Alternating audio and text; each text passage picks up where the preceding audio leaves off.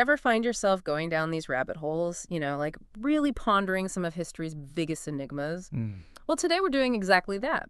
Yeah. We're tackling one that has captivated thinkers for centuries. Did Jesus actually exist? Big question. Big, big question. And we're diving deep into a report. It's titled La Existencia de Jesucristo, un informe exhaustivo. Okay. And we're going to be looking at the evidence that supports and challenges this narrative. Right. Yeah. Get ready for some fascinating twists and turns. It's going to be a wild ride. I think it's important to remember going into this that we're not here for like a theological debate. Right. We're leaving our assumptions at the door and just approaching this like any good historian would. Love that. And I think our journey naturally starts with the most famous texts about Jesus. That's The Gospels, Yeah. Matthew, Mark, Luke, John.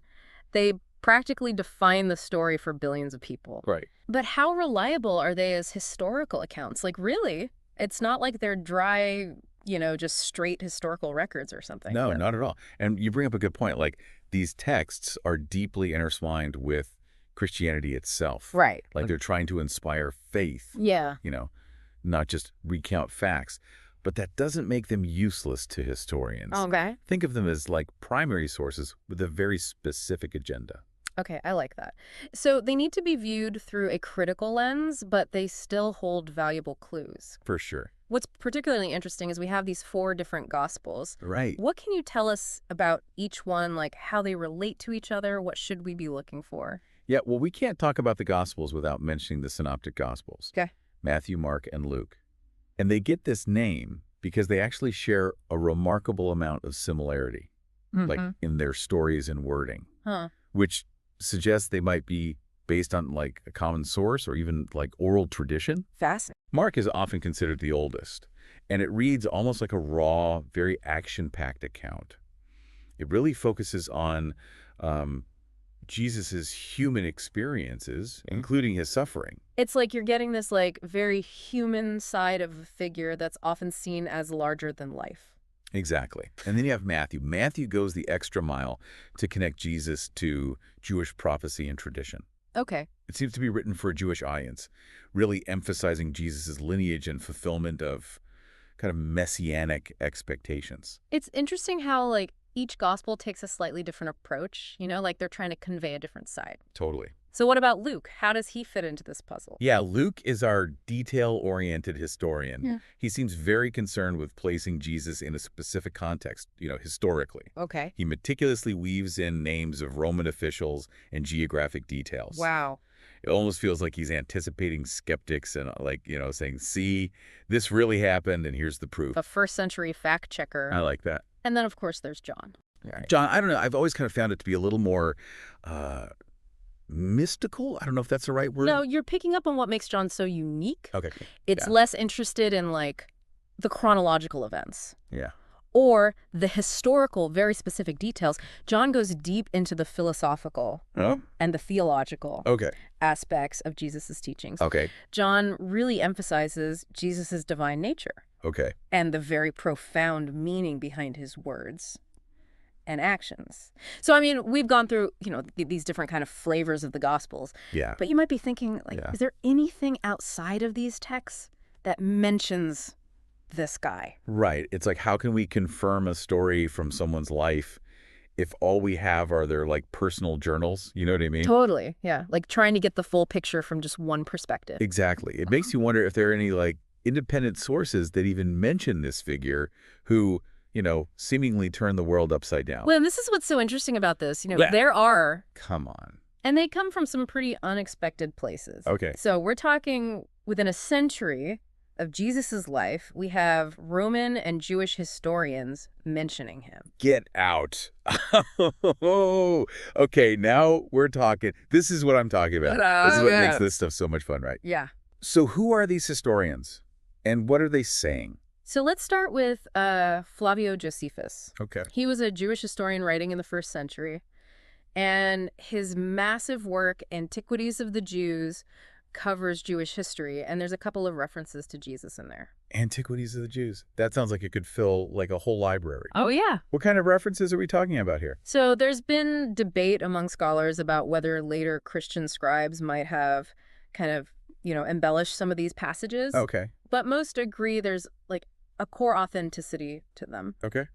And Josephus refers to Jesus as like a wise man, a teacher. He even mentions his followers, who believed he was the Messiah. Wow. So even back then, he's already sparking these debates. These movements. Oh, yeah.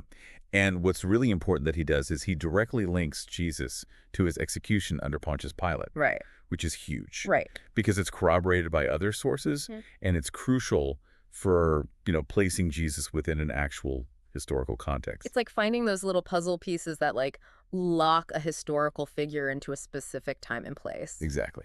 Okay, who else we got? Who's next on our historian list? All right, so let's go from a Jewish historian to a Roman historian who is considered like one of the most reliable sources we have from that era. Yeah. Tacitus. Okay, Tacitus, bring him in. So he pops up in our investigation because in his annals, he's chronicling the reign of Emperor Nero.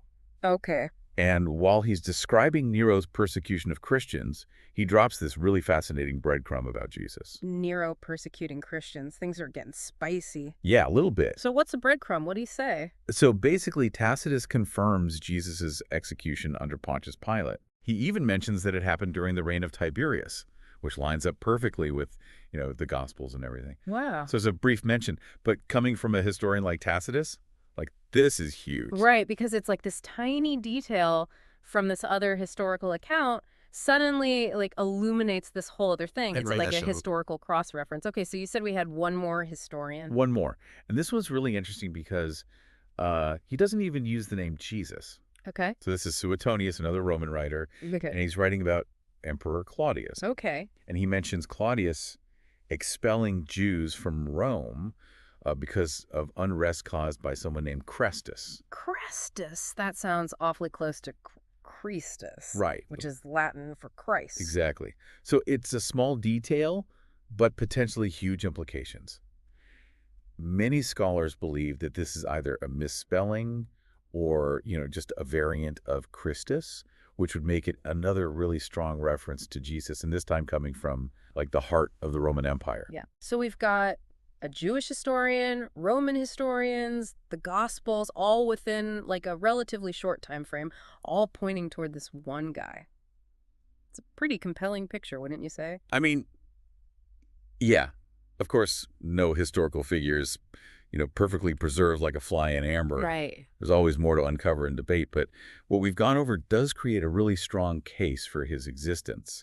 And that's before we even consider the impact he had, which is a whole other thing. And speaking of impact, I mean, it's impossible to talk about Jesus without acknowledging the world, like the world he lived in. Right. It was a time and place that was just like ripe for change, wasn't it? It's like trying to picture like a world that's just on the edge of something big, a world that's like yearning for something, yearning for a shakeup. Yeah, totally. So what was it about that particular time and place that made someone like Jesus such a, pivotal figure? Well, you're hitting on a really important point.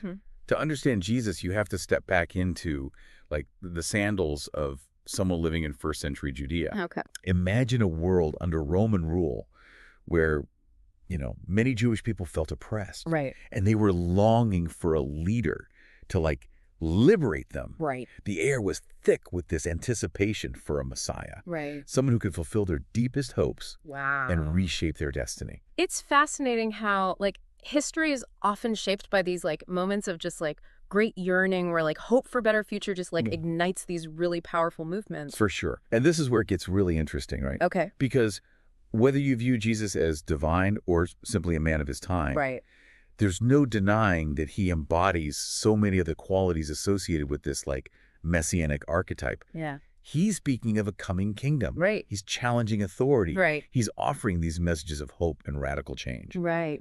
So his teachings would have resonated deeply with a population that was like so eager for something new. So it's like the social and political climate of that time sort of created this like, this perfect storm almost for someone like Jesus to like emerge, Yeah.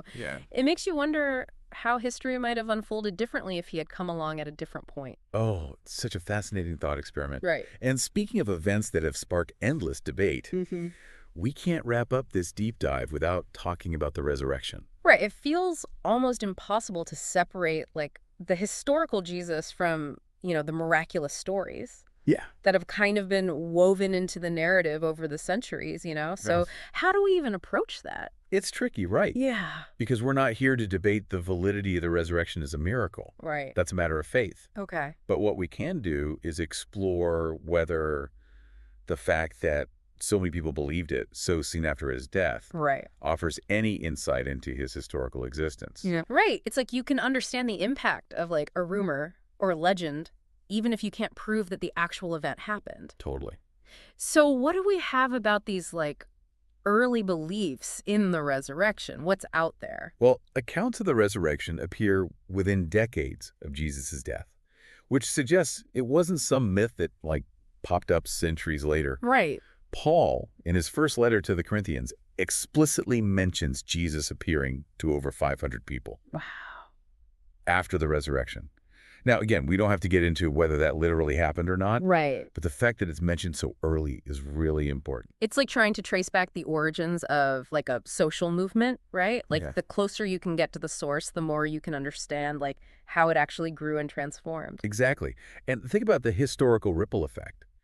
These early Christians, they faced persecution, Yeah. death, even for their beliefs, Yeah. but they were utterly convinced that Jesus had risen from the dead. Yeah. And their faith fueled a movement that, spread like wildfire. Wow. It's hard to imagine people dying for something they knew was a lie. It Huh. really speaks to some kind of powerful truth, at the core of their belief, whatever that truth may be. So where does this leave us? I mean, we've gone through the Gospels, Roman and Jewish accounts, the political context. Like, this has been quite the journey. It has. Hmm. But while we might not be able to definitively prove Jesus' existence, Right. the evidence we've uncovered paints a remarkably compelling picture. Yeah. It suggests a man named Jesus did walk the earth, preach, gather followers in first century Judea. And beyond simply existing, he like ignited this movement that would change like Western civilization. This has been such a fascinating and thought-provoking conversation. Do you have any like final words of wisdom for our listeners as they like continue to ponder this enduring mystery? History rarely offers easy answers. That's true. And the story of Jesus is like a perfect example of that beautiful complexity. Right. So I just encourage everyone, as you're exploring this topic, keep asking questions. Yes. Stay curious and embrace those nuances. There's always more to learn. Love that. There are more to uncover, and perhaps even more to inspire. That was beautiful. And to our listeners, thank you so much for joining us on this deep dive into the historical evidence for Jesus. We encourage you to check out La Existencia de Jesucristo, un informe exhaustivo. Dig into those sources, see what's up, and draw your own conclusions. Until next time, keep exploring, keep questioning, and keep diving deep.